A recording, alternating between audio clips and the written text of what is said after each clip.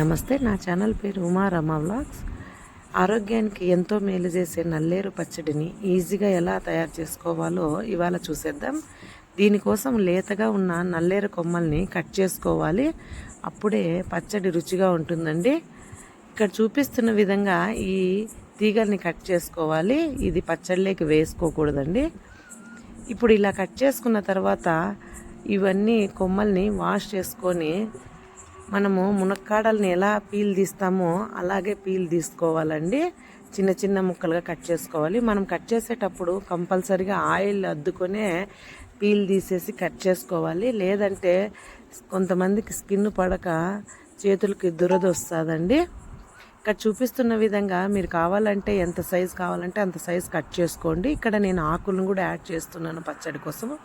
మీరు కావాలనుకుంటే వేసుకోవద్దండి.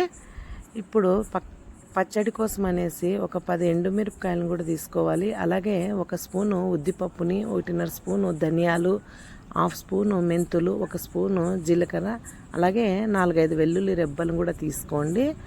ఇది కూడా పక్కన పట్టేసుకొని పచ్చడి కోసము కొంచెం చింతపండును కూడా తీసి నానబెట్టుకోండి. ఇప్పుడు స్టవ్ మీద ప్యాన్ పెట్టి 1.5 స్పూను ఆయిల్ వేయాలండి. ఈ ఆయిల్ హీట్ అయిన తర్వాత దీంట్లోకి ముందుగా మనం తీసుకున్న 1/2 స్పూను మెంతుల్ని యాడ్ చేసి ఒక 1 మినిట్ ఫ్రై అయిన తర్వాత ఉద్దిపప్పును కూడా యాడ్ చేయాలి. ఇది కూడా ఫ్రై అయిన తర్వాత కొన్ని ధనియాలు తీసుకున్నాం కదండి, అవి కూడా యాడ్ చేసేసుకోవాలి. ఇప్పుడు ఇదంతా సిమ్లోనే పెట్టి ఫ్రై చేసుకోండి. లేదంటే ఈ పప్పులన్నీ మాడిపోయి పచ్చడి అంత టేస్ట్గా ఉండదు. ఇప్పుడు ధనియాలు యాడ్ చేయాలి. అలాగే జీలకర్ర, ముందుగా మనం తీసుకున్న ఎండుమిరపకాయలను కూడా యాడ్ చేయాలి. ఇది కూడా ఫ్రై అయిన తర్వాత మనం ముందుగా కట్ చేసి పెట్టుకున్న నల్లేరు కొమ్మలను కూడా ఇందులోకి యాడ్ చేయాలండి. ఇదంతా ఒక 5 or 10 మినిట్స్ ఫ్రై అవ్వనివ్వాలి. ఇది లేతగా ఉండడం వల్ల త్వరగా ఫ్రై అయిపోతుందండి. ఇప్పుడు ఇందులోకి ఒక 1/2 టీ స్పూన్ పసుపు, ఒక 1/2 టీ స్పూన్ సాల్ట్ని కూడా యాడ్ చేసుకోండి. అప్పుడు త్వరగా మగ్గిపోతుంది ఈ కొమ్మలు అనేది.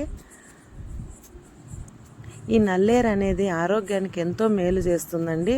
ముఖ్యంగా కండరాలు వీక్నెస్ ఉన్నా కానీ, ఎముకలు బలంగా ఉండటానికి కానీ ఇది చాలా బాగుంటుందండి ఆరోగ్యానికి. ఇలా బాగా ఫ్రై అయిన తర్వాత మనం దీన్ని చల్లారనివ్వాలండి. కనీసం ఈ పచ్చడిని వారానికి ఒకసారైనా తింటే చాలా మంచిదండి. ఇది పచ్చడే కాదండి, ఈ కొమ్మలతోనూ మనము పులుసులు కూడా చేసుకోవచ్చు. ఇలా చల్లారిన తర్వాత మిక్సీ జార్ని తీసుకొని ఇందులోకి యాడ్ చేసుకోవాలి. అలాగే 4-5 వెల్లుల్లి రెబ్బల్ని, మనం ముందుగా తీసి పెట్టుకున్న చింతపండును కూడా యాడ్ చేసుకోవాలి.